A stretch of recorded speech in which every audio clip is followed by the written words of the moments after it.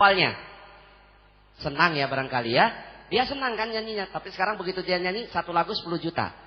Menghitung hari 10 juta. Suaminya di belakang menghitung uang. Nah ini awalnya karena menyenangi apa yang dikerjakan kan begitu Bante ya. Akhirnya muncullah sebuah pekerjaan yang memang sangat ditekuni. Jadi menyatulah Bante dengan dirinya Bante, kira-kira begitu Bante ya. Nah oleh karena itu maka untuk sukses mulailah dengan cara-cara seperti ini. Belum terlambat, masih ada kesempatan. Banting setir masih ada sepanjang hal itu dimungkinkan ya. Baik, kita akan buka tanya jawab. Ingin saya tanyakan tanpa ABC. Yang mulia Bante Utamo Mahatera, selamat siang dan semoga Tuhan memberkati kita semua. Yang ingin kami tanyakan tadi bahwa salah satu syarat kunci sukses itu yaitu mencari lingkungan yang baik atau yang tepat. Memang kalau dilihat itu ajaran Bapak itu, misalnya saja kalau kita ingin kaya ya kumpul dengan orang kaya. Yang dikhawatirkan itu nanti lalu ya oper, super dan sebagainya, lalu lupa kepada si kecil, kemudian jiwa momor momot kamutnya kurang. Ya itu bagaimana? Itu untuk menyikapi kedua hal yang nampaknya kontradiktif. Seperti west is west, east is east. Lah, bagaimana kira-kira dua ini bisa? Jadi kita jadi orang kaya tapi tidak pelit dan kumpul orang besar sampai kecil, termasuk saya yang umurnya baru 17 ke atas tambah 51 ini, bagaimana resepnya? Terima kasih Bante. Mas, siapa tadi? Daru, silakan ya. Langsung ke pertanyaan ya, silakan. Saya mau nanya kepada Bante, apakah orang sukses juga dipengaruhi oleh karma baik dan buruk? Masalahnya mungkin ada orang sukses mungkin hanya lulusan SD atau drop out, dia bisa sukses, tapi biarpun dia mahasiswa, dokter atau gelarnya banyak, mungkin nggak sukses. Terima kasih. Oke, baik, tepuk tangan untuk seluruh penanya. Monggo Bante, dari Pak Haji tadi mengenai kekhawatiran bergaul dengan orang yang kaya, kita bisa lupa dengan yang miskin dan seterusnya. Ini salah satu contoh aja Pak Haji tadi ya. Ya, silakan Bante. Memang itu menarik sekali apa yang disampaikan oleh Mas Haji. Beliau lebih suka dipanggil Mas, ya. Karena panggilan Mas itu di dalam kebudayaan Jawa memang menjadi panggilan yang akrab sekali, ya. Walaupun beliau sudah sepuh, tapi dipanggil Mas gitu, wah, lebih hebat, ya. Nah, itu wajar sekali pertanyaan tersebut. Tetapi juga perlu diketahui bahwa apa yang saya sampaikan, bahwa kita berkumpul satu level di atas, itu bukan berarti 100% teman kita adalah orang yang satu level di atas kita. Kalau 100% kita malah bingung. Ini resepnya begini, si B resepnya lain lagi, si C resepnya lain. Waduh, bisa pusing kepala juga.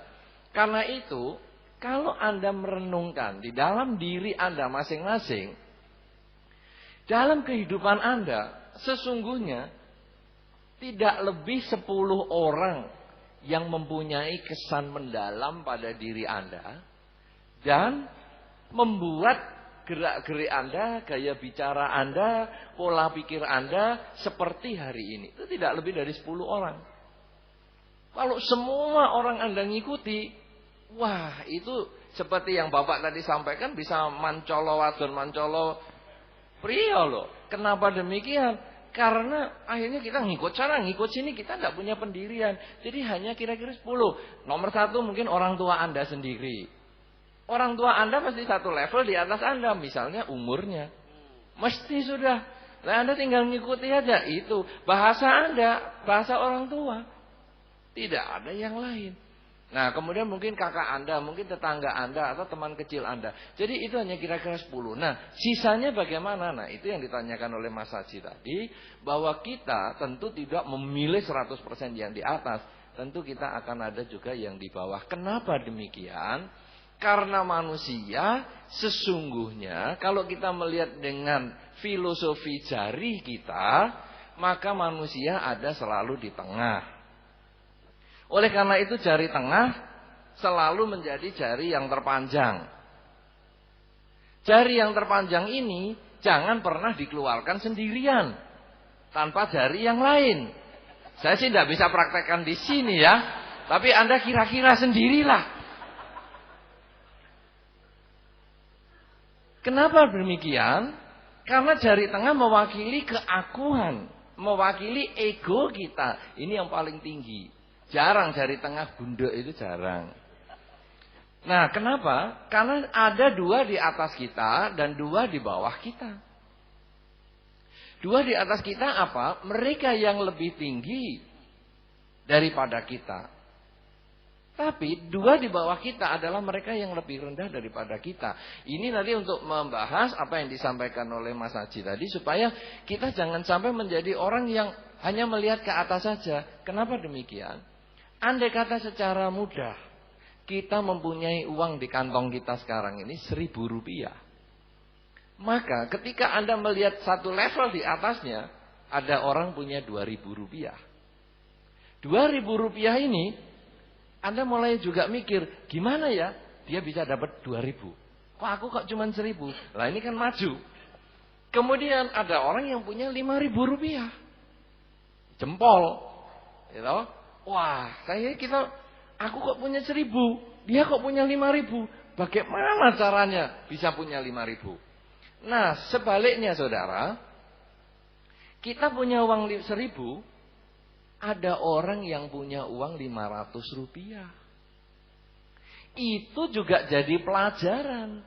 Karena itu kalau tadi di dalam pembahasan saya mungkin menimbulkan satu kesan bahwa orang yang lebih rendah sama kita tidak boleh bergaul. Ini mungkin penjelasan saya yang kurang tepat. Bahwa sesungguhnya dengan penjelasan saya sekarang ini tentu akan lebih mendalam lagi pemahamannya. Bahwa ada orang yang punya uang 500 rupiah padahal kita punya uang 1.000. Itu juga menjadi pelajaran bagi kita, menjadi guru bagi kita. Kok dia punya uang 500, padahal aku bisa 1.000, kok dia cuma 500. Kalau begitu aku jadikan pelajaran agar aku tidak menjadi seperti itu. Agar kita menjadi lebih berhasil, tetapi bukan menginjak yang bawah, tetapi menjadikan yang lebih rendah itu sebagai pelajaran, sebagai guru. Kalau mungkin di dalam pemahaman masyarakat tentu dikenal bahwa bumi jagat gumelar ini adalah seperti buku. Sedangkan pohon adalah seperti penanya, nggih Mas Haji nggih. Nah, kemudian laut, samudra yang sedemikian banyak itu seperti tintanya, nggih Mas Haji. Nah, dados Jadi karena saya biasanya kalau di berita tadi dengan Mas Slamet ya.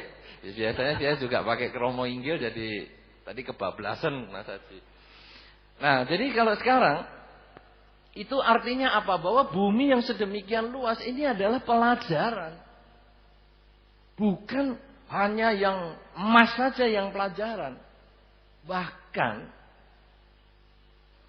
lumpur yang jelek pun pelajaran. Dalam banyak kasus nanti kadang saya menerjemahkan misalnya, kalau seseorang menghina orang lain, maka yang terhina pertama adalah dirinya sendiri. Itu diibaratkan kita memegang lumpur, mau melemparkan lumpur ke muka orang, nomor satu tangan kita yang kena duluan. Nah, ini cerita tentang lumpur. Tapi kalau kita berbicara tentang emas, digosok sampai habis pun menjadi debu, dia tetap emas. Artinya orang yang baik sekalipun hancur, lebur, sudah tidak ada lagi fisiknya, dia nama baiknya tetap dihargai. Nah, jadi ini yang baik menjadi satu contoh, yang jelek juga menjadi satu guru. Kalau kita tidak pernah belajar dari yang lebih rendah, kita juga tidak akan mengerti posisi kita di mana. Kemudian kita punya uang 1.000, ada orang punya uang 500, ada orang tidak punya uang sama sekali.